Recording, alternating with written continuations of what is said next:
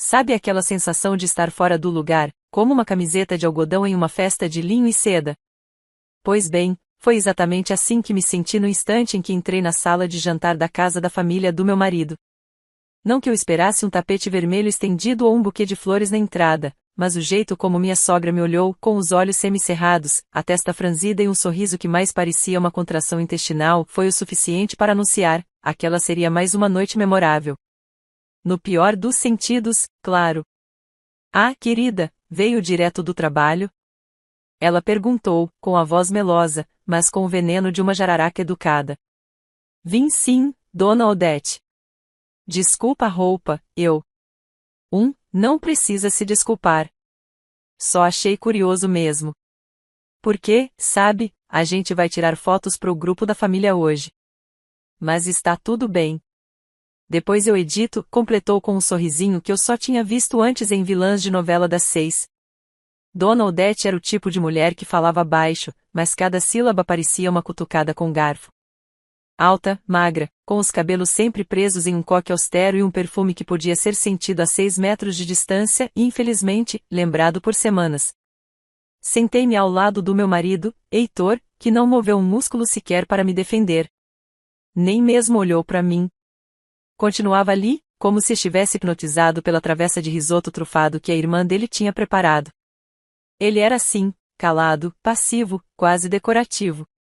Um marido de porcelana. Durante o jantar, escutei de tudo um pouco.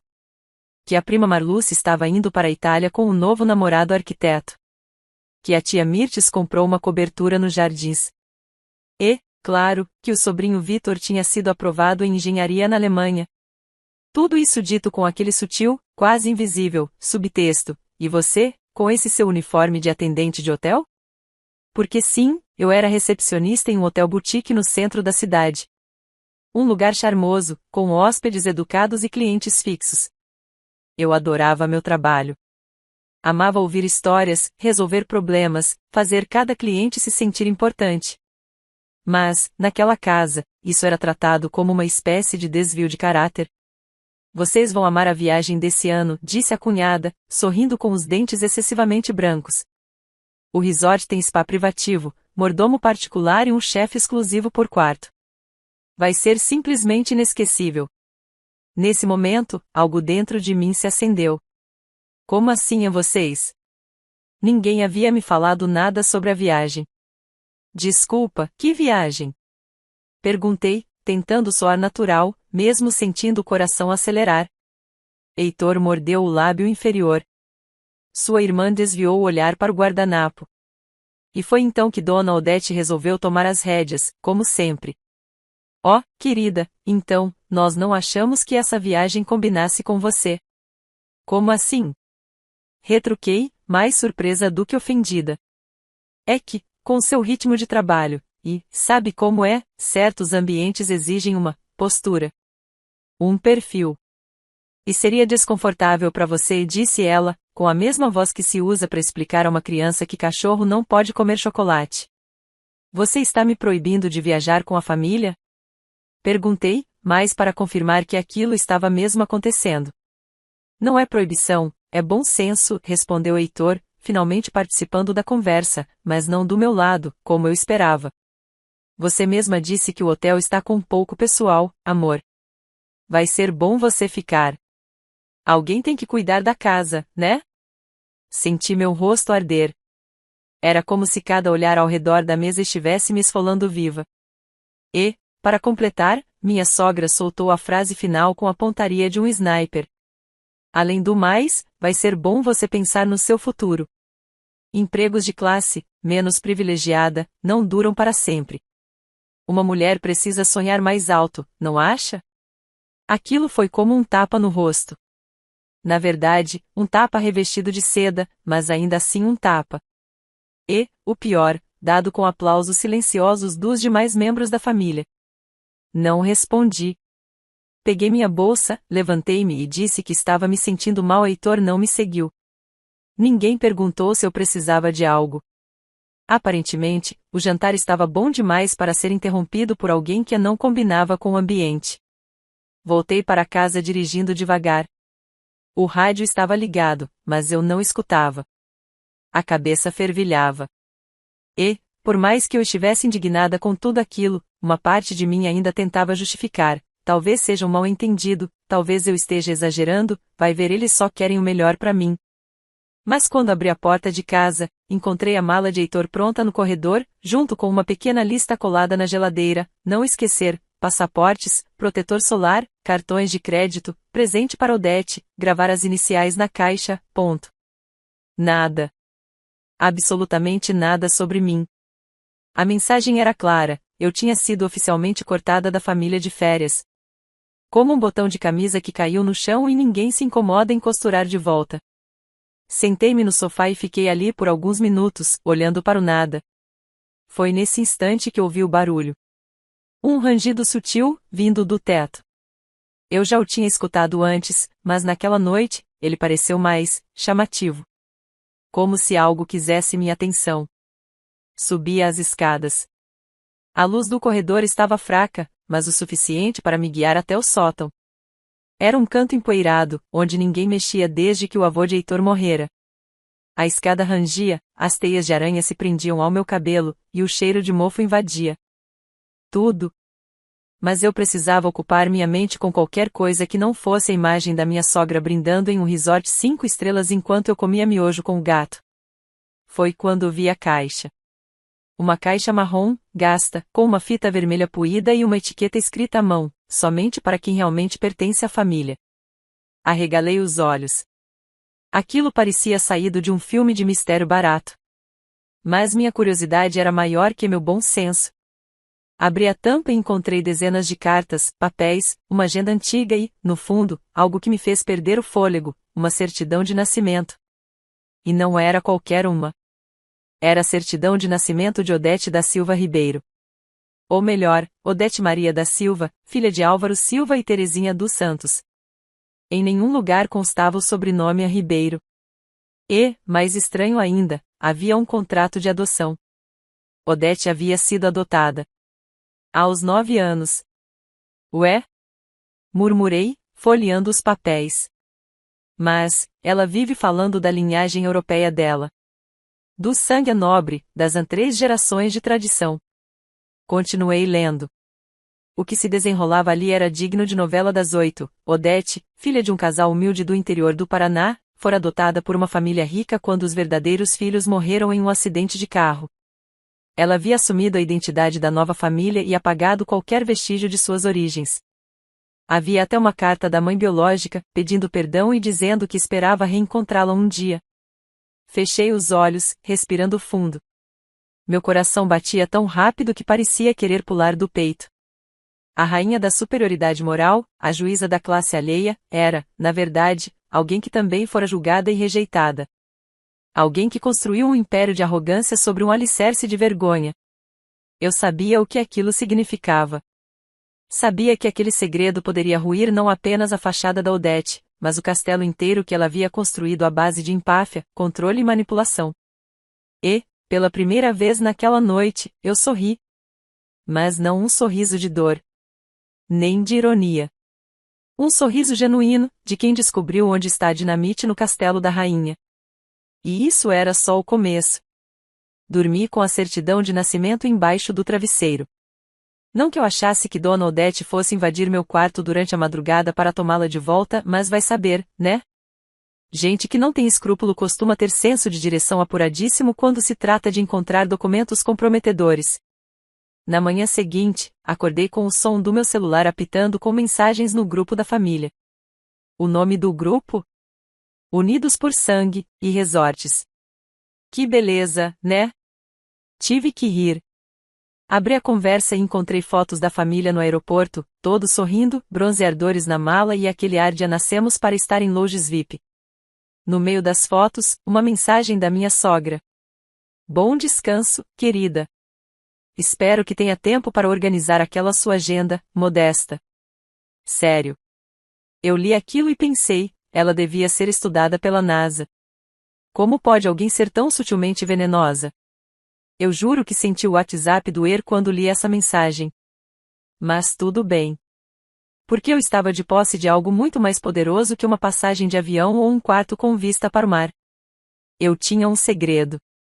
E, mais importante, tinha o tempo e a liberdade de usá-lo como bem entendesse. Eles foram descansar no paraíso?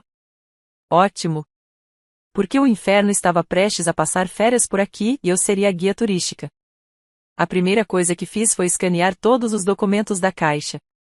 As cartas, os papéis da adoção, a certidão original, a carta da mãe biológica. E então tive uma ideia. Uma ideia que misturava vingança, ironia e um toque de marketing. Afinal, eu podia até não ter sobrenome de elite, mas sabia muito bem como causar impacto. Aprendi observando a própria Odete, que usava um tom de desprezo com a mesma elegância de quem serve champanhe em taça de cristal. Liguei para minha amiga Bianca, minha parceira de todas as horas, que também trabalhava no hotel comigo e adorava uma boa reviravolta. Bia, estou com um segredo do tamanho do ego da minha sogra. Então é segredo nível titânico, ela respondeu, rindo. Mais ou menos isso. Eu só preciso da sua ajuda para fazer ele flutuar, e afundar do jeito certo. Expliquei tudo. Ela ficou muda por alguns segundos. O que é raro, diga-se de passagem. E então veio a pergunta fatal. Você vai expor? Ainda não. Antes, vou assistir o castelo balançar. Tijolinho por tijolinho. Foi aí que começamos a montar o plano. Uma das vantagens de trabalhar em um hotel boutique era que você conhecia gente influente de todos os tipos. Inclusive, um certo jornalista de uma revista de genealogia e história da aristocracia brasileira. Sim, isso existe, e sim, eu zombava disso até aquele momento. A capa da edição anterior mostrava uma baronesa com cara de quem não sabe o que é um boleto. Perfeito. Bia marcou um café com o jornalista. Usou seu charme natural, disse que tinha uma história interessante, potencial capa, com raízes misteriosas e uma origem reinventada. Ele ficou vidrado. E quando ela mostrou os documentos, editados para ocultar o nome real de Odete, o homem arregalou os olhos como se tivesse visto um fantasma usando joias da coroa. Isso aqui é ouro histórico. Isso aqui é. Escândalo com classe, completei, quando peguei o telefone para falar com ele. Claro, não dissemos que era Dona Odete. Ainda. Só dissemos que a personagem era uma socialite muito conhecida no meio tradicional, e que fingia uma origem europeia nobre, mas que, na verdade, era filha de um casal de feirantes de Cornélio Procópio. E não que isso seja algo para se envergonhar, de jeito nenhum.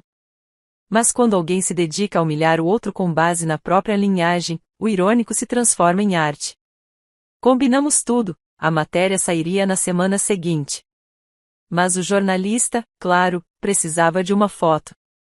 Alguma imagem que sugerisse, mas não revelasse, a identidade. E aí veio o golpe de mestre. Eu tinha um porta-retratos antigo que Dona Odete me dera para o meu aniversário de entrada na família, como ela mesma disse. Nele, havia uma foto nossa no jantar de noivado. Ela, com aquele sorriso de marfim e nariz empinado.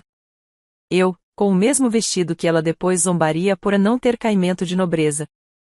Fotografei a moldura, com a imagem cortada de forma sutil, em preto e branco, com uma legenda enigmática, a dama do salto alto, mas de raízes escondidas. O jornalista adorou. Disse que seria a manchete da edição especial. Enquanto isso, o grupo da família continuava fervendo. Passeio de lancha no Caribe, Heitor queimou o nariz no sol, mimos do resort para a mamãe. Ah, mamãe, se você soubesse o que a filha da feirante está preparando. Mas eu não queria apenas uma vingança silenciosa. Eu queria assistir à queda. Ao vivo. Em cores. Por isso, fiz algo que nem eu acreditei, liguei para minha sogra. Oi, Odete. Tudo bem? Ora, veja só, você está viva. Pensei que tivesse derretido de raiva em casa. Quase, respondi, sorrindo. Escuta, estava pensando, queria te pedir desculpa por ontem. Houve um silêncio do outro lado. Silêncio de quem está saboreando uma suposta vitória. Ah, querida, fico feliz em ouvir isso. A humildade é uma virtude. Sim. E falando em humildade, vi que aquele porta-retratos antigo ainda está com você, né? Aquele do jantar? Claro. Está no hall de entrada da casa. Por quê? Nada. Só achei bonito. Muito simbólico, sabe? Desliguei antes que ela pudesse cavar mais fundo. Porque o que eu queria, na verdade, era criar suspense. A arte da vingança mora no timing, minha amiga. E o meu estava perfeito. Na noite seguinte, a matéria saiu no site da revista, como prévia da edição impressa. O título? Rainhas de porcelana, quando a nobreza é só maquiagem social. A internet foi à loucura.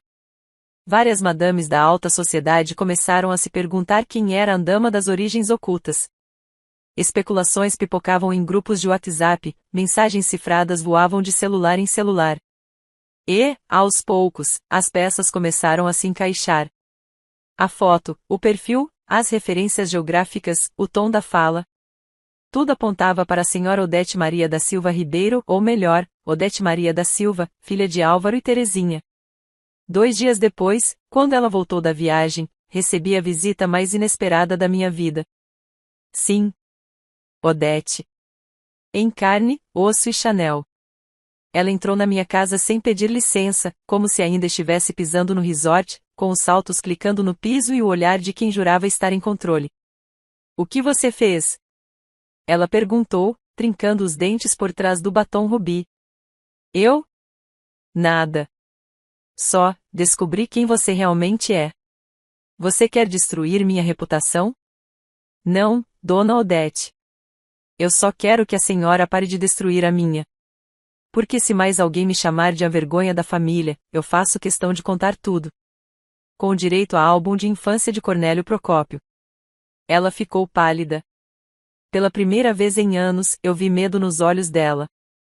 Medo de alguém que sabia que seu castelo era de papel. E que a ventania tinha nome, sobrenome, e uma certidão de nascimento na mão. Saí da sala sem dizer mais nada. Entrei no meu quarto, fechei a porta e finalmente ri.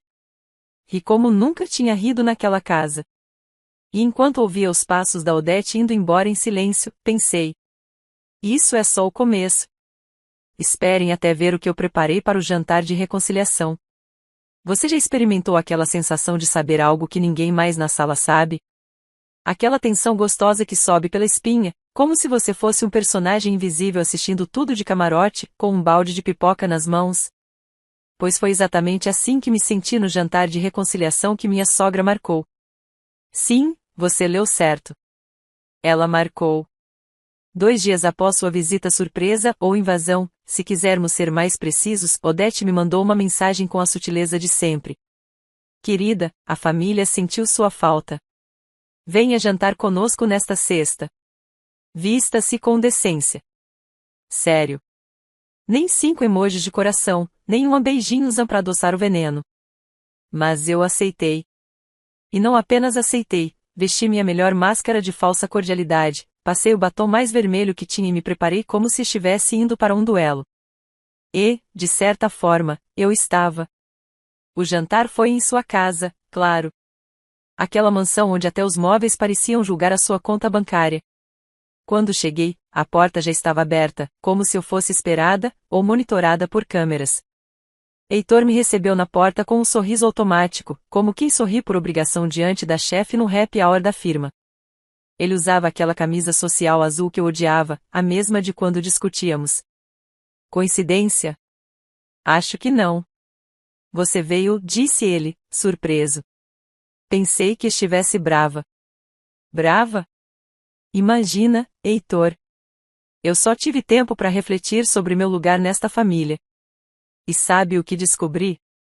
Eu tenho um lugar, sim. Só que vocês ainda não sabem onde é. Ele piscou devagar, como quem sente uma ameaça velada, mas ainda não entendeu de onde vem. Fui conduzida à sala de jantar, onde todos já estavam reunidos. Odete sentava-se à cabeceira, como uma monarca no banquete. Ao seu lado, a cunhada influencer, o cunhado que vendia suplementos duvidosos e a tia que achava que psicólogo era coisa de gente fraca. Enfim, a nata da humildade. Que bom que pôde vir, disse Odete, com um sorriso que parecia escorregar da cara. Que bom que pude, mesmo. Adiei uma reunião muito importante. E fiz questão de cruzar as pernas com calma, como se eu fosse quem estivesse coordenando tudo. Reunião no hotel? Perguntou a cunhada, com um risinho debochado. Vocês fazem reunião no vestiário ou é na sala dos perdidos? Não, essa foi com o jornalista da revista Linhagens do Brasil. Ele me procurou querendo saber sobre histórias familiares que merecem ser contadas. Achei interessante. Silêncio. Um silêncio tão profundo que dava para ouvir o vinho sendo servido tremer na taça. Odete apertou o guardanapo nas mãos. A cunhada engoliu em seco. Heitor me olhou com um misto de confusão e pavor. Eu sorri, porque o prato principal ainda nem havia sido servido. Ah, que coincidência, emendou Dona Odete, recompondo-se como uma atriz veterana. Justamente essa revista está espalhando boatos. Absurdos. Distorções do passado. Boatos? Nossa, eles têm documentos, fotos, cartas. Olhei bem para ela. Mas claro, eu também não acredito em tudo que leio. Algumas coisas a gente precisa confirmar com quem viveu, né? Foi nesse instante que o prato chegou. Medalhões ao molho de vinho. Engraçado. Nada combina mais com ironia do que carne mal passada e histórias mal contadas. Durante o jantar, as conversas foram tensas, interrompidas por sorrisos forçados e comentários que pareciam mais indiretas do que palavras de verdade. Até que Heitor resolveu abrir a boca e a cova dele. Você anda diferente. Parece até que está se achando superior agora. Eu? Imagina. Jamais. Seria um desrespeito com a família de sangue nobre. E sorri. O mais doce dos sorrisos falsos. Olha, a gente tentou acolher você, disse Odete, finalmente tirando a máscara. Mas é difícil quando a pessoa tem uma postura incompatível com o ambiente. Não é sobre origem, é sobre elegância. Descrição. Tem razão. E falando nisso, eu trouxe um presente para a senhora. Odete arqueou uma sobrancelha. Aquilo era inesperado. Peguei minha bolsa, tirei um envelope azul e entreguei com as duas mãos. Ela pegou, abriu com cuidado e congelou. Dentro, havia uma cópia emoldurada da certidão de nascimento original. Aquela em que seu sobrenome de Ribeiro não aparecia nem por um milagre. A cunhada, curiosa, se inclinou para ver. Odete, quem são Álvaro e Terezinha? Ela ficou branca. Mais branca que as toalhas de linho da mesa. Fechou o envelope, colocou-o de lado e tentou rir. Isso é brincadeira sua. De péssimo gosto. Não é brincadeira, Dona Odete. É história. História de verdade. História de gente que construiu a própria vida com esforço, não com pose. Gente que não precisou apagar o passado para fingir superioridade. A cunhada arregalou os olhos. O cunhado soltou um eita baixo. A tia só balançava a cabeça, como se estivesse assistindo a uma novela ao vivo, o que, de certo modo, estava. Por que você está fazendo isso? Perguntou Heitor, com o rosto corado. Porque vocês tentaram me apagar.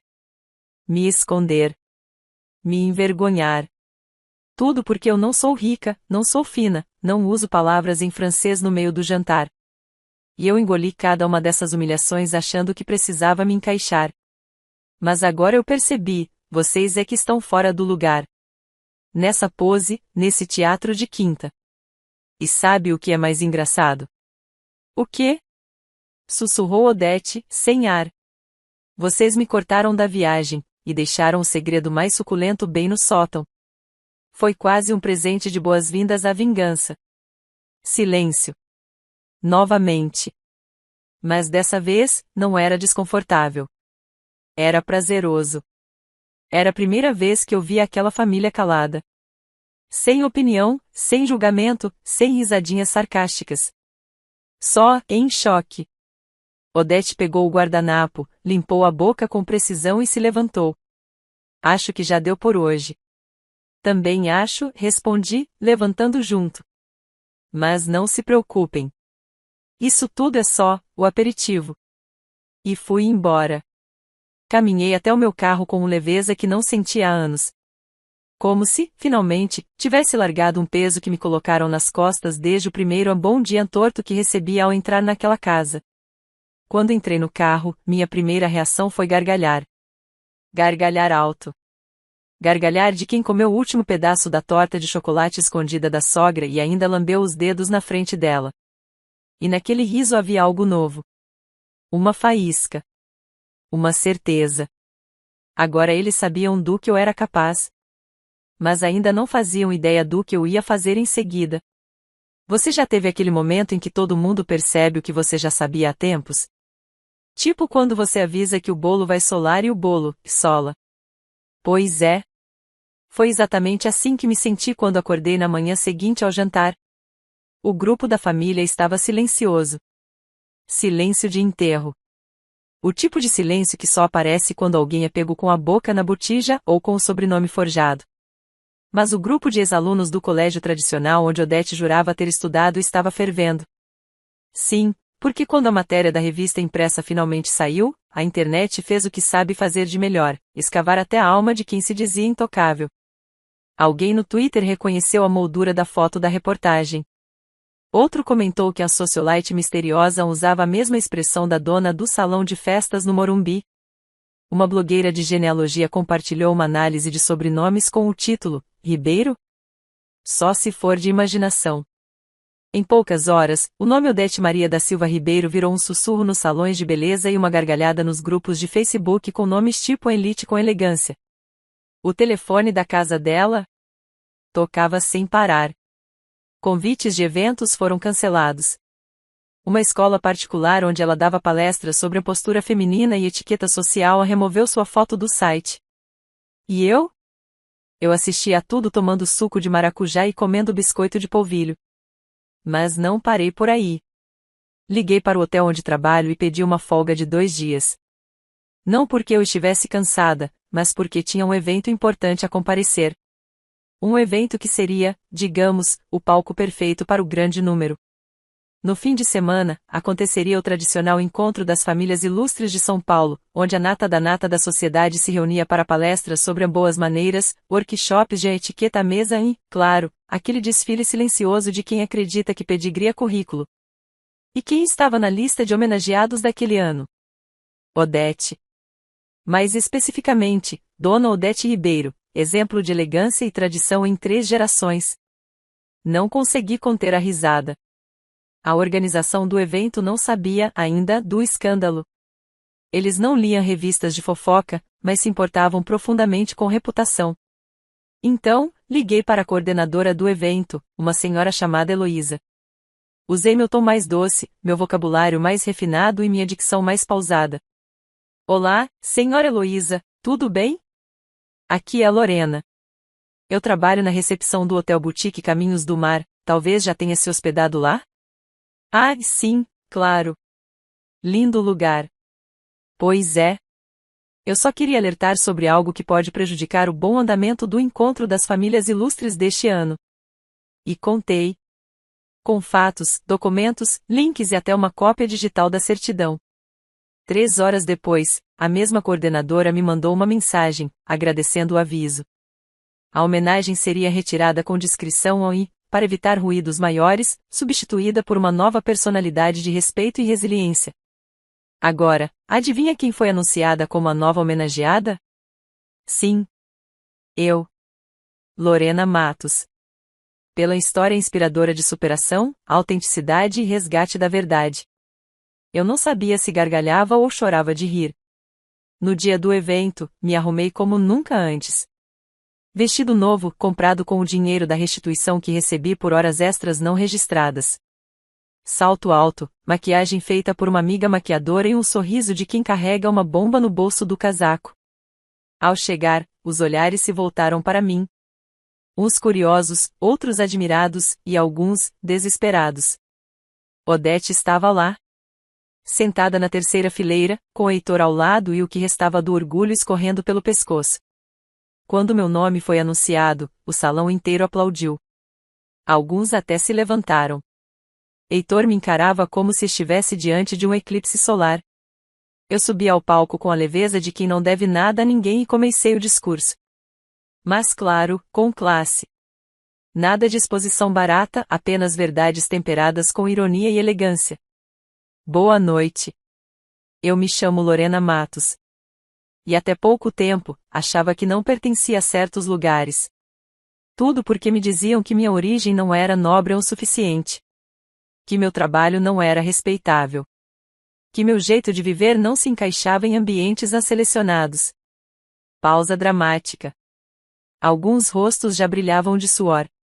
Mas descobri que às vezes, o que as pessoas mais temem não é a falta de nobreza alheia, e sim o reflexo de suas próprias mentiras. Uma senhora suspirou alto. Vi Odete baixar os olhos. Heitor coçava o pescoço como um réu prestes a ouvir a sentença. O que me trouxe até aqui não foi um sobrenome inventado ou um passado reescrito. Foi a coragem de ser quem eu sou. E, principalmente, a paciência de esperar o momento certo para dizer, agora é a minha vez de sentar à mesa. E não para servir, mas para ser servida. Palmas. Fortes, firmes. Algumas pessoas vieram me abraçar depois. Outras tiraram fotos. Uma senhora de cabelos grisalhos me entregou seu cartão e disse que queria me convidar para uma palestra em sua escola. E Odete levantou-se antes do fim. Sairia pela lateral, com passos duros e o salto tropeçando em um tapete mal colocado. Heitor foi atrás, claro. Porque é isso que ele fazia. Ia atrás. Sempre atrás. Na saída, quando eu já caminhava em direção ao estacionamento, ouvi a voz de Heitor atrás de mim. Lorena, espera. Me virei com calma. Ele estava com a expressão de quem tinha muito a dizer, mas sem saber por onde começar. Você planejou tudo isso? Planejei a partir do momento em que você achou normal me deixar para trás. Em nome da conveniência. Da vergonha. Do orgulho. E por quê? Porque eu trabalho com honestidade? Porque não uso roupas de grife? Ele tentou me tocar o braço. Eu recuei. Eu estava tentando proteger você. Não, Heitor. Você estava tentando se proteger de mim? Do desconforto de estar ao lado de alguém que não se encaixa no teatrinho da sua família. Mas adivinha? Eu não só sobrevivi como reescrevi o roteiro. Ele ficou parado. Calado. Pela primeira vez sem desculpas ensaiadas. Sorri e entrei no carro. Liguei o motor e, antes de ir embora, abaixei o vidro. Ah, e avisa sua mãe, se ela quiser recuperar a certidão original, pode me mandar um e-mail. Quem sabe eu considere, se ela usar o verdadeiro sobrenome.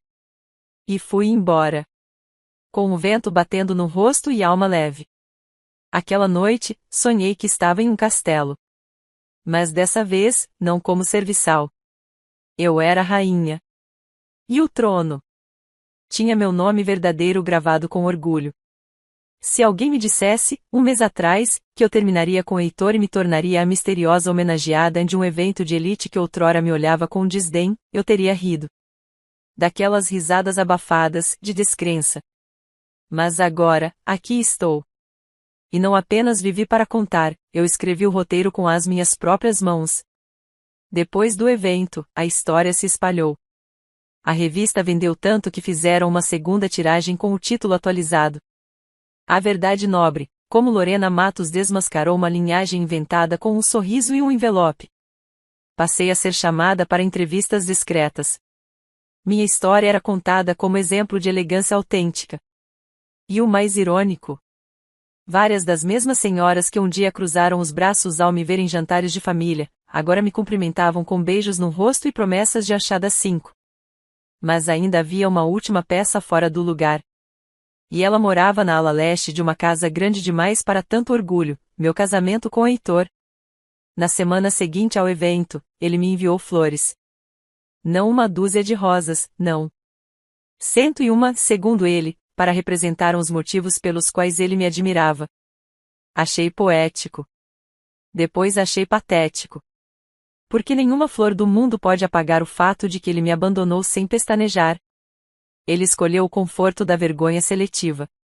E quando percebeu que eu tinha mais classe no dedão do pé do que toda a pose da família dele, quis voltar como se nada tivesse acontecido. Então marquei um jantar. Em casa. Mesa posta, luz baixa, música clássica. Queria que tudo estivesse perfeito para a despedida. Heitor chegou com o mesmo blazer de sempre, aquele que usava quando queria parecer um homem de negócios. Sentou-se com um sorriso de lado, provavelmente achando que aquele seria o começo de uma reconciliação cinematográfica. Obrigado por me receber, Lô. De verdade. Eu sei que errei. Mas a gente pode recomeçar. Deixar tudo isso para trás, sabe? Eu servi o vinho. Claro. Deixar tudo isso para trás, como você deixou a mim? Ele ficou em silêncio. Senti que queria se explicar, mas preferi continuar. Sabe, Heitor, eu passei anos tentando me moldar para caber no mundo de vocês. E quanto mais eu me dobrava, mais me empurravam pro canto. E você? Nunca me puxou de volta. Você assistiu calado enquanto me rebaixavam. Não só permitiu, como compactuou. Mas agora, coloquei a taça na mesa, devagar eu descobri que sou muito grande para viver apertada em moldes pequenos. Ele suspirou, derrotado. Eu te amo, Lorena. Você ama o que eu me tornei depois de descobrir quem eu sou. Mas você não teve coragem de amar a mulher que já estava aqui antes. E isso não se reconstrói com flores. Peguei um envelope. Sim, mais um. Porque nada humilha uma família arrogante como documentos com papel timbrado. Entreguei a ele. O que é isso? Os papéis do divórcio. Já assinei. Só falta você. Você está mesmo fazendo isso? Não. Estou fazendo de novo. Só que agora, com consciência. Da outra vez, eu disse assim tentando ser aceita. Desta vez, estou dizendo a não para nunca mais me diminuir por ninguém. Ele ficou sem reação. Apenas assinou. Em silêncio. E foi embora. Com passos lentos, cabeça baixa e o blazer torto. Finalmente desalinhado como a farsa que sustentava. Naquela noite, dormi como quem entrega um capítulo ao universo. E acordei com um e-mail. O assunto? Parabéns pela verdade. Temos uma proposta para você. Era da produção de um programa de TV, o tipo de quadro especial que busca histórias inspiradoras de mulheres que mudaram o próprio destino. Queriam contar minha trajetória. Mostrar como a recepcionista que foi deixada para trás expôs a nobreza artificial e conquistou seu lugar de forma grandiosa. Aceitei. E no programa, contei tudo. Com um sorriso calmo, tom leve, e sem jamais citar nomes diretamente. Porque quem conhece a história, entende as entrelinhas. Ao final da exibição, recebi centenas de mensagens. Mulheres contando que também haviam sido diminuídas, apagadas, ignoradas. Homens pedindo desculpas públicas às esposas.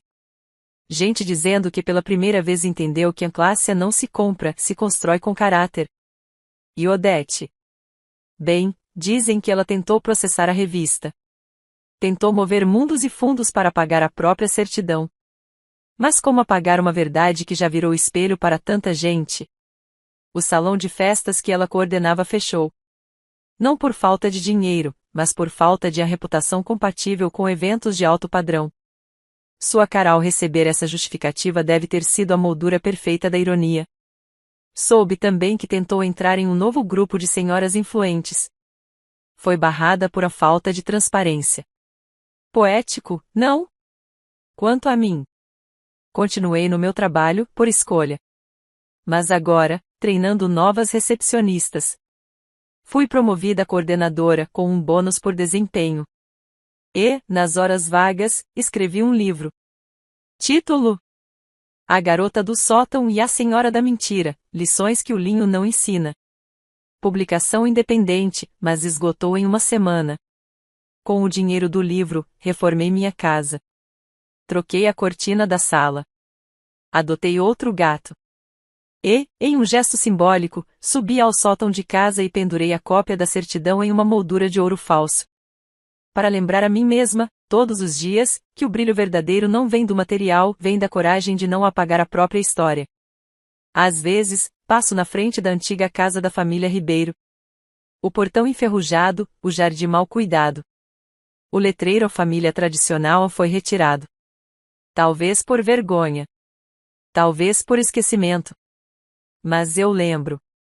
E sorriu. Porque foi naquele castelo de tijolos podres que a rainha nasceu. E quando a rainha vai embora, o castelo vira só parede. Fim.